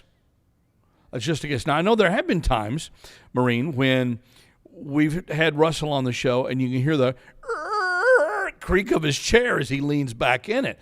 That's the case. So maybe we have to tell Russell that, dude, you got to get back in the creaky chair. And by the way, what's with the zzzt that we hear in the middle of his phone calls? I really feel like it's his phone vibrating. Yeah, that's what I was thinking too. He must be, he's getting buzzed. He's getting texted or it's an alert that he has on his phone from social media or something whenever, somebody's trying to contact him. That's what I'm thinking. Because we hear that all the time, right? Super popular guy. He's the guru. He is. Well, that's why he is who he is. Anyway, I apologize for the phone because sometimes I know that can be irritating to listen to when we're, especially doing it online. But look, Russell's good people. He, like I said, he knows more than most of us forgotten about the NFL. And so just didn't work out with his telephone right there. And we're toward the end of the show anyway here. So we'll grab Russell again next week. And Russell is very much appreciated. And I wouldn't want him at all to think that we don't appreciate it. All right, so let me get to a couple of emails here before we wrap up today. Where are we? Where did I leave off? Aiden in California. John, I know I've been on record that I want to fire BB. By the way, you're not the only one, okay? I think they went on a big rant on him, I think on Boston Sports Journal, Greg Bedard. I know Tony Maz, at 98.5. I know those guys were, talking about how, maybe the game's passed Bill by and it's time to make a change. And I'm like, look, okay, I understand the need for, clicks and for attention and subscriptions and ratings and all that stuff. But that kind of thing isn't going to happen now, okay? It may not happen ever. Let's be real. We've got Jonathan Kraft on record as saying, Bill's earned his time here. Now, I'm sure things will be reevaluated at the end of the season no matter how this year ends up. And if this year ends up with the team being 6-11 or 5-12 or something worse than that, then all bets are off. But I think it would take something of that kind of magnitude for the Patriots to make any kind of move before Bill is ready to go. All right? So I'm not sure that we need to waste any time on that. I really don't. And I'm not, waving the company banner here on this one by any stretch. I'm being practical about it. What are you going to do that's going to be better right now? Because all you're going to do if you make a move like that now is you're just going to create controversy and start the three-ring circus. And we know, that that's something that nobody likes to have happen in the middle of the year unless, of course, it's unavoidable. So, and that's avoidable. I'm kind of like shaking my head. I'm like, okay, it's one thing to criticize, how you build a team, and I think that's mostly what Bedard was doing. And I love Greg. I read their website often. I'm a subscriber. Greg is very smart with football. He's into the film study, much like our own Evan Lazar is. And does Bill deserve criticism for the way he built the offense? Sure, absolutely. With the team struggling like they are. And they've struggled offensively over the last few years? Yeah. You deserve criticism. You haven't adapted quick enough to the modern game. And I said this much at the beginning of the show today. You have to adapt to the modern game. Bill is still coaching it like he's got, I think, Tom Brady at the helm. And he doesn't have that. And so you've got to make sure that you have enough talent surrounding the guy that you do have, that you did spend a first-round draft pick on, okay? 15th overall pick. And you got to make a decision on whether or not you want to keep him or not beyond this year already anyway. So, does he deserve criticism? Yes. Is this the time to address it? No. But we address it anyway because we're frustrated. I join you in that frustration, okay? But like I said today, all I want to do is just win a flipping game. Let's just win a game, okay? Win a game. It reminds me of Allen Iverson. Practice. We're talking practice. Not a game. Practice. Anyway, Aiden says, these last two games prove it. I think it's time to let go of Bill after this year, regardless of the outcome. It's pretty apparent. But notice he said after the end of this year, okay? Regardless of the outcome, it's pretty apparent he is set in his ways and only wants to win one way, and that's defense. Don't get me wrong. Defense can win championships. He says defense wins championships. I would tell you that's not the case over the last few years. In fact, this is where, Russell's knowledge could bear me out here. I believe of the last 5 Super Bowl champs, only one team has been in the top 5 defensive numbers of the last 5 Super Bowl champs. Somebody would back me up on that or look that up and send me a note. But I think I read that. So that just shows you the way that it's trending. Does it help to have a good defense? There's no doubt. I just don't know if it's the same game that, us boomers grew up with, I don't think it is. And that may be part of our problem here, by the way, because we're talking about the game that Bill hasn't adjusted to it the way that we would hope it would happen. He says, when you neglect the other side of the ball, it's a fireable offense on any other NFL teams. I know it's 2 weeks, but we've been seeing the same movie for 3 years now. Brady isn't here to patch the holes on offense like before, and probably the main reason he left because there was no help. Not saying Mac is a world beater, but the guy needs help. It's Jets week, so Pats win 12-9. Great criticism, and then, Pats are still going to win. Aiden, I love you. I look forward to your emails. Okay, let's see. What else do we have? Carlos. Brutal. Simply brutal. The never-ending negativity and condescension is becoming intolerable, even for longtime listeners, 15 years in running. Let me see if I have this right. Evan, you're an offensive coordinator in waiting. You're already done with Billy O'Brien's play calling. He knows better. It's that simple. Paul, your snarky Menza wannabe constantly drills the Patriots' underperformance and F-ups, but is fine making excuses for when opponents F-up, seemingly never able to link an opponent's issues to something the Patriots did to cause it, like the Eagles' offense wasn't ready and the Finns could have scored 30 or 40 had they not dropped 2 snaps, failing to highlight a decent defensive effort given that 3 of our 4 cornerbacks were out for the game. And then there's Deuce, the in-house buzzkill, has a way of just casually agreeing with any and all negativity being spouted by the crew, and then credibly adding a layer of despair that induces depression. I'm saving this email for these guys to read tomorrow, okay? I think maybe he just wanted to complain here, right? Loyalty can only go so far. I haven't missed a podcast in almost 15 years, but you guys are trying me. Okay, well, if you're listening to the playbook, then hopefully maybe it's because you want a little something different. I don't know. I mean, we try to present somewhat of a balanced point of view here, which is why we talk about the opponent with, people who cover the opponents. We try to get a larger, bigger picture perspective around the league with a guy like Russell, that can provide some historical perspective as well.